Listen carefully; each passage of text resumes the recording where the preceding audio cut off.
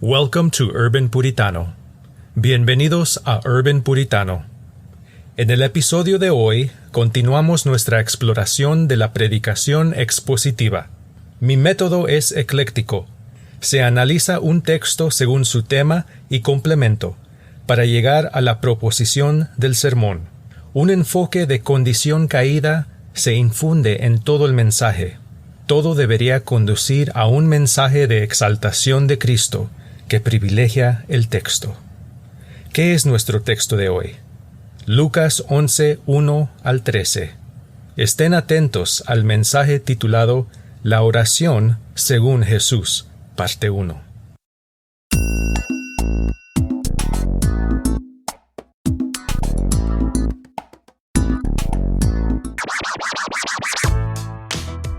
As we get started on today's episode, I wanted to remind the listeners that they can always check out some free resources on my website, urbanpuritano.com. That's Urban Puritan with an O after the N.com. It reflects my bilingual, bicultural interests as far as dark predestinarian ruminations are concerned. But in any case, please check out urbanpuritano.com for some blog articles and a hub for this podcast. I hope that it blesses you, and if you so desire, please keep me on your prayer list so that these resources can continue to come forth. I don't mind if you share them, if you use them, if you take it and run with it like a baton and use it in your local church, teaching ministry there, or with family and friends. So keep it locked on urbanpuritano.com. All Christians are urban Christians. Whether you live in Graceville, Florida, or Chicago, Illinois, the believer is on a pilgrim's journey from the city of destruction to the celestial city. As we endeavor to live unto God in this world, our faith looks for the city which is to come, whose architect and builder is the living God. You are not alone on your journey. As you travel the narrow way, know that a great cloud of witnesses went before you. Many travel alongside you, and while the Lord tarries, many will follow the same path after you. But until the heavenly city is brought to us, or we to it, one such pilgrim is your fellow traveler. He is Urban Puritano.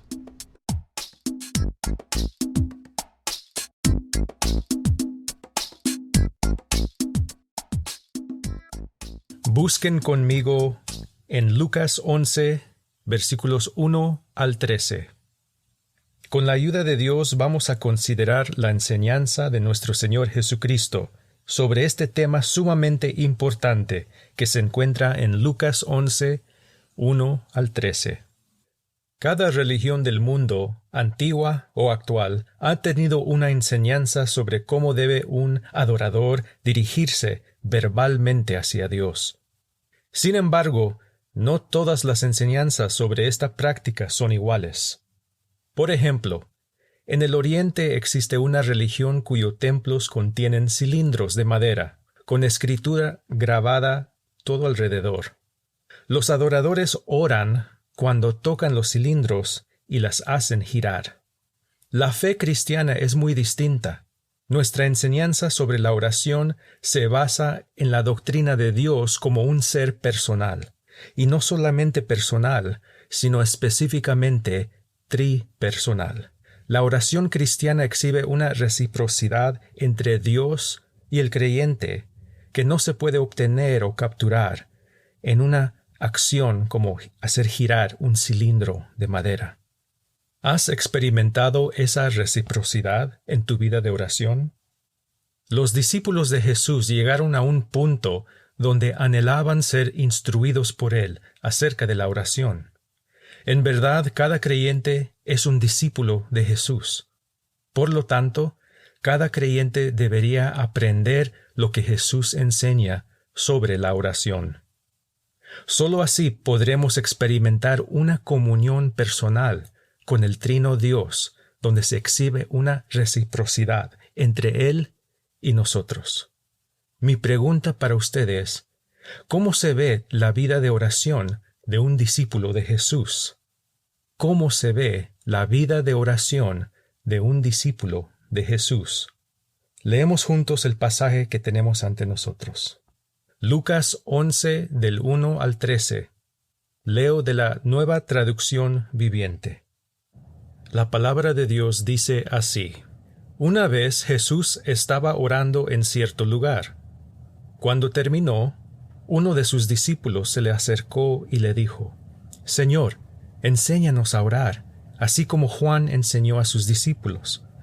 Jesús dijo: Deberían orar de la siguiente manera: Padre, que siempre sea santificado tu nombre, que tu reino venga pronto. Danos cada día el alimento que necesitamos, y perdónanos nuestros pecados, así como nosotros perdonamos a los que pecan contra nosotros. Y no permitas que cedamos ante la tentación. Luego utilizó la siguiente historia para enseñarles más acerca de la oración. Supongan que uno de ustedes va a la casa de un amigo a medianoche para pedirle que les preste 3 panes. Le dices: Acaba de llegar de visita un amigo mío y no tengo nada para darle de comer. Supongan que ese amigo grita desde el dormitorio: No me molestes, la puerta ya está cerrada y mi familia y yo estamos acostados. No puedo ayudarte. Les digo que aunque no lo haga por amistad, si sigues tocando a la puerta el tiempo suficiente, Él se levantará y te dará todo lo que necesitas, debido a tu audaz insistencia. Así que les digo, sigan pidiendo y recibirán lo que piden. Sigan buscando y encontrarán. Sigan llamando y la puerta se les abrirá. Pues todo el que pide, recibe. Todo el que busca, encuentra. Todo el que llama, se le abrirá la puerta. Ustedes, los que son padres, si sus hijos les piden un pescado, ¿les dan una serpiente en su lugar? ¿O si les piden un huevo, les dan un escorpión? Claro que no. Así que si ustedes, gente pecadora, saben dar buenos regalos a sus hijos, ¿cuánto más su Padre Celestial dará el Espíritu Santo a quienes lo pidan? Oremos por iluminación. Padre nuestro que estás en los cielos, te damos gracias, Señor, por nuestra gran salvación, que tú nos has dado el privilegio de ser adoptados como tus hijos, y nos has dado el privilegio de tener acceso a ti por medio de la oración.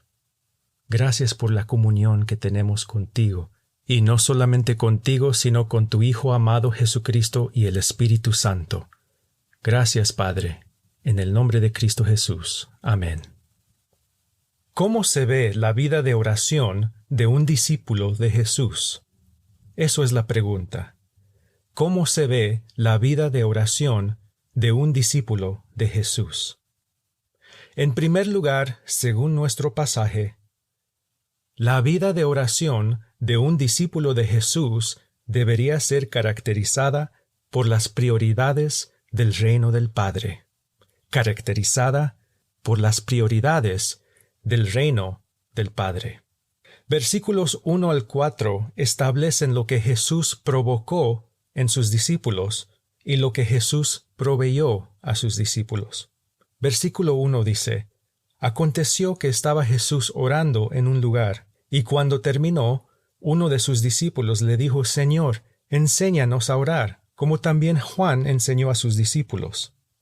Aquí empezamos con la observación que Jesús era un guerrillero de oración. No es la única vez en Lucas que graba que Jesús oraba. Jesús oró durante su bautismo, capítulo 3, versículo 21. Jesús oró cuando se apartaba de las ciudades e iba a lugares desiertos. Lucas 5, versículo 16. Jesús también solía ir a los montes a orar. 6, versículo 12. A veces oraba solo. Capítulo 9, 18.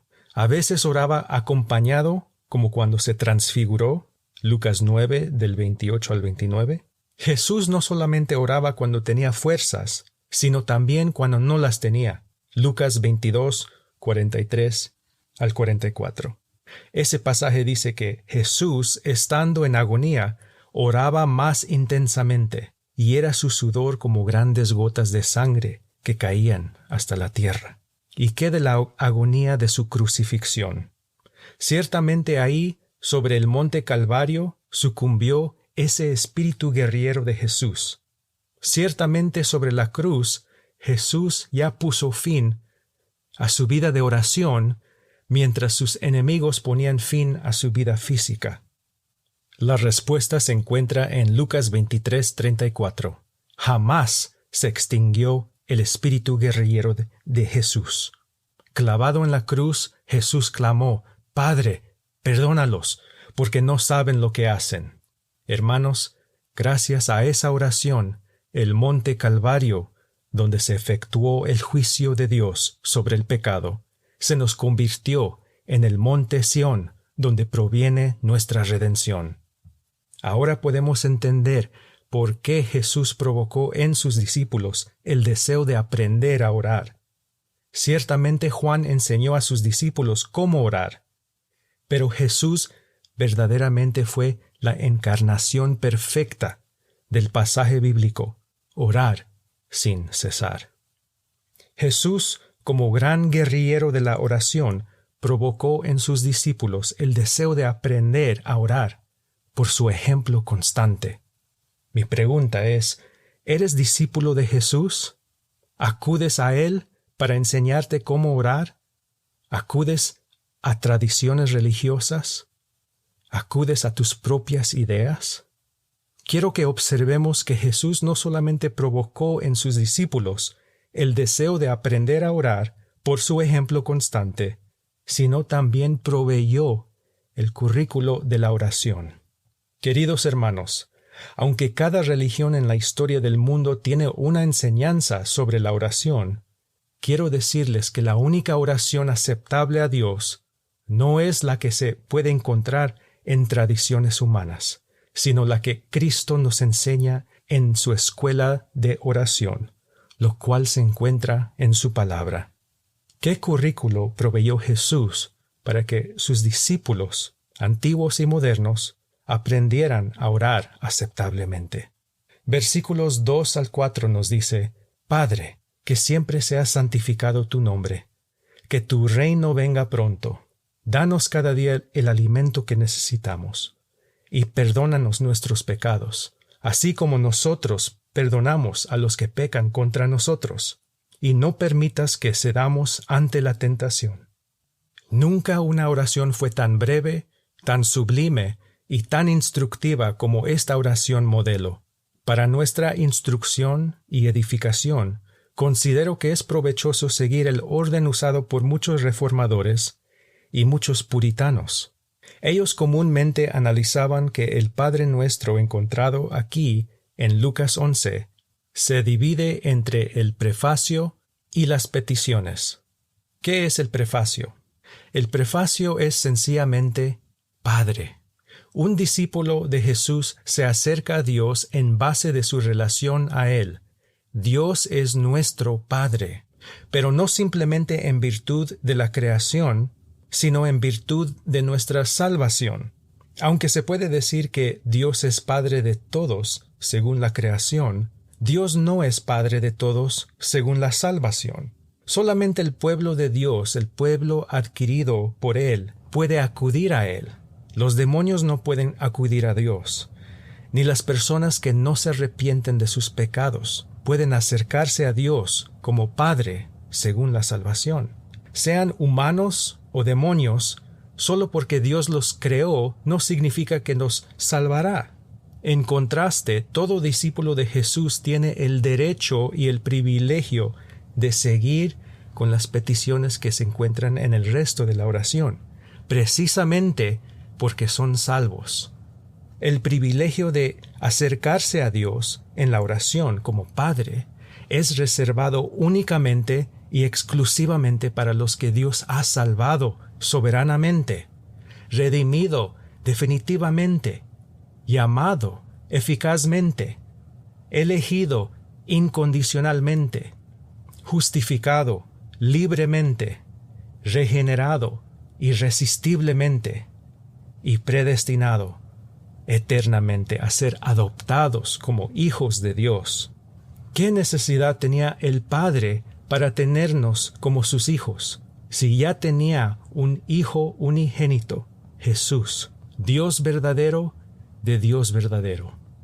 Oh hermanos y hermanas, aquí desde la primera palabra, Padre, si no te humillas ante tu indignidad de ser salvo, ¿cómo puedes considerarte ser un discípulo del Salvador Jesús?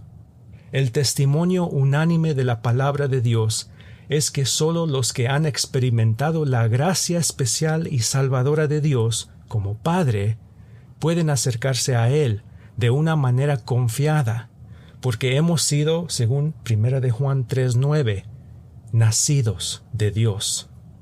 Querido pueblo, ¿qué más alto honor puede tener un vil pecador de tener Dios como nuestro Padre? ¿Sientes en lo más profundo de tu ser un amor reverente por Dios y por tu salvación? Tener acceso a Dios y saber que podemos acercarnos a Él como hijos es el privilegio de todo discípulo de Jesús. ¿Tenemos la disposición de un corazón que es tierno hacia Dios? Existe una manera de saber si tú tienes un corazón tierno y receptivo para con Dios como tu Padre. Puedes saber si tienes un corazón genuinamente tierno y receptivo al Padre si abogas por sus intereses y por su gloria antes que tus intereses y tu gloria. Y esto nos lleva a la segunda división de esta oración, las peticiones. La primera petición es que siempre sea santificado tu nombre, que siempre sea santificado tu nombre. Para un discípulo de Jesús, esta petición es antes que todas las demás. Es primera en orden y primera en prioridad, como dijo el puritano Thomas Watson. El nombre de Dios, es decir, todo lo relacionado con Dios y sus obras, sea lo máximo ante nuestros ojos y en nuestra estima. Solo un corazón verdaderamente nacido de Dios entiende que el fin principal del hombre es glorificar a Dios y gozar de Él para siempre. No existe excusa alguna para que el nombre de Dios no sea santificado ni en el mundo ni en los corazones de los discípulos de Jesús. Ahí está el problema. El glorioso nombre del Padre no es conocido de manera extensa en el mundo, y si somos honestos, tampoco es conocida de manera intensa por muchos de nosotros, sus hijos. La escasez del conocimiento del Padre es asunto de vida y muerte para el mundo. El mundo no se da cuenta, pero en realidad no sabe que cuelga de la tela de una telaraña sobre el abismo del infierno, como dijo Jonathan Edwards. Desgraciadamente, existe gran ignorancia en la Iglesia sobre Dios y su gloria, y eso nos afecta nuestra salud y bienestar espiritual. Por eso, un verdadero discípulo de Jesús aboga por Dios y su gloria, por medio de priorizar la petición, que santificado sea tu nombre. La mayoría de personas a nuestro alrededor, incluyendo nuestra familia inconversa, no conoce a Dios como Padre. No conoce que el Padre es digno de nuestro amor, nuestro celo por su honra, nuestra lealtad, y por lo tanto no lo santifican ni en pensamiento, ni en palabra, ni en vida. ¿Y tú? ¿Anhelas aprender del Señor Jesús cómo te falta todavía santificar el Padre en tu corazón y todas las áreas de tu vida? Tal vez no te importa, y por eso tus oraciones parecen más como una lista de compras. Tal vez eres como ese adorador oriental que mencioné al principio, que solo gira el cilindro de madera y se satisface con eso. Pero un discípulo de Jesús anhela aprender de Jesús, y Jesús nos enseña en la primera petición que los discípulos abogan por la gloria del Padre en todo el mundo y especialmente en nuestros corazones. Antes de seguir adelante con la próxima petición, que también conciernen la gloria de Dios, quiero ofrecer unas palabras de aplicación. Primero, una palabra de meditación. Ya sea que nos demos cuenta o no, o nos guste o no, nuestro ejemplo constante provocará un deseo de imitar. Es natural. El hermanito siempre va a admirar a su hermano mayor. La hermanita siempre va a admirar a su hermana mayor. Si el Big Brother se vista de cierto modo, el hermano también quiere hacerlo.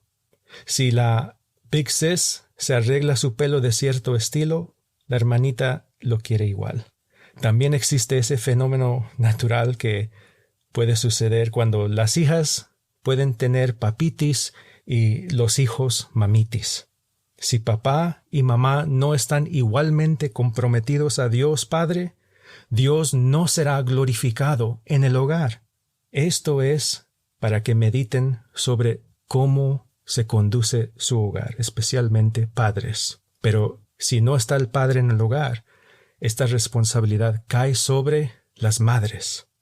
Segunda palabra de aplicación. Una palabra de advertencia. ¿Qué concluyen los hijos si solamente se expresa la piedad cristiana los domingos? Acercarnos a Dios como Padre es un privilegio que se debería disfrutar a diario con nuestros hijos. Pero si no lo hacemos nosotros como padres, será artificial y superficial las veces que lo hacemos los domingos. ¡Ay de vosotros, padres y madres, hipócritas, porque por sus ejemplos malos o inconstantes de mantener la piedad cristiana, hacen hijos del infierno a sus propios hijos! Esta es una advertencia para todo padre. Esto nos lleva a la tercera palabra de aplicación, de información. De todo lo que se ha visto hasta este punto, la oración es acercarnos a Dios verbalmente, en humilde y agradecido reconocimiento de su Alteza Suprema y benevolencia hacia nosotros como Padre. ¿No es esta descripción suficiente motivo para que le ofrezcamos nuestros pensamientos? La oración se va a describir más ampliamente conforme consideramos el pasaje. Sin embargo, podemos empezar a ver que el fundamento de la oración se encuentra en que Dios Padre hizo todo lo posible para que todos sus hijos tuvieran audiencia con Él. Esto es la gran motivación de un discípulo de Jesús, de acercarnos al Padre en oración. Esto lleva a la última palabra de aplicación, una palabra de adoración. Con San Agustín me uno con su pensamiento acerca de Dios cuando pregunta: concédeme saber qué es primero, si invocarte o alabarte, o si antes de invocarte es todavía preciso conocerte, pues ¿quién te podría invocar cuando no te conoce? Si no te conoce bien, podría invocar a alguien que no eres tú. Hermanos, en realidad, todas esas cosas suceden por la gracia de Dios simultáneamente. Tan pronto que conocemos la bondad del Padre, tan pronto que conocemos a Jesús, podemos estar seguros que el Espíritu Santo nos unió con Él y desde el momento que lo invocamos también lo adoramos. Esto es por la gracia de Dios y no nos queda alternativa más que adorarle por su misericordia. Seguimos con la segunda petición. Que tu reino venga pronto es la segunda petición. Aquí observamos que se expande el enfoque del nombre de Dios Padre al reino de Dios Padre. Nuestro Dios no solamente es Padre, sino también es Rey. El reino del Padre no solamente es general, sino especial. Ciertamente incluye la tierra y su plenitud. Ciertamente incluye el mundo y los que en él habitan.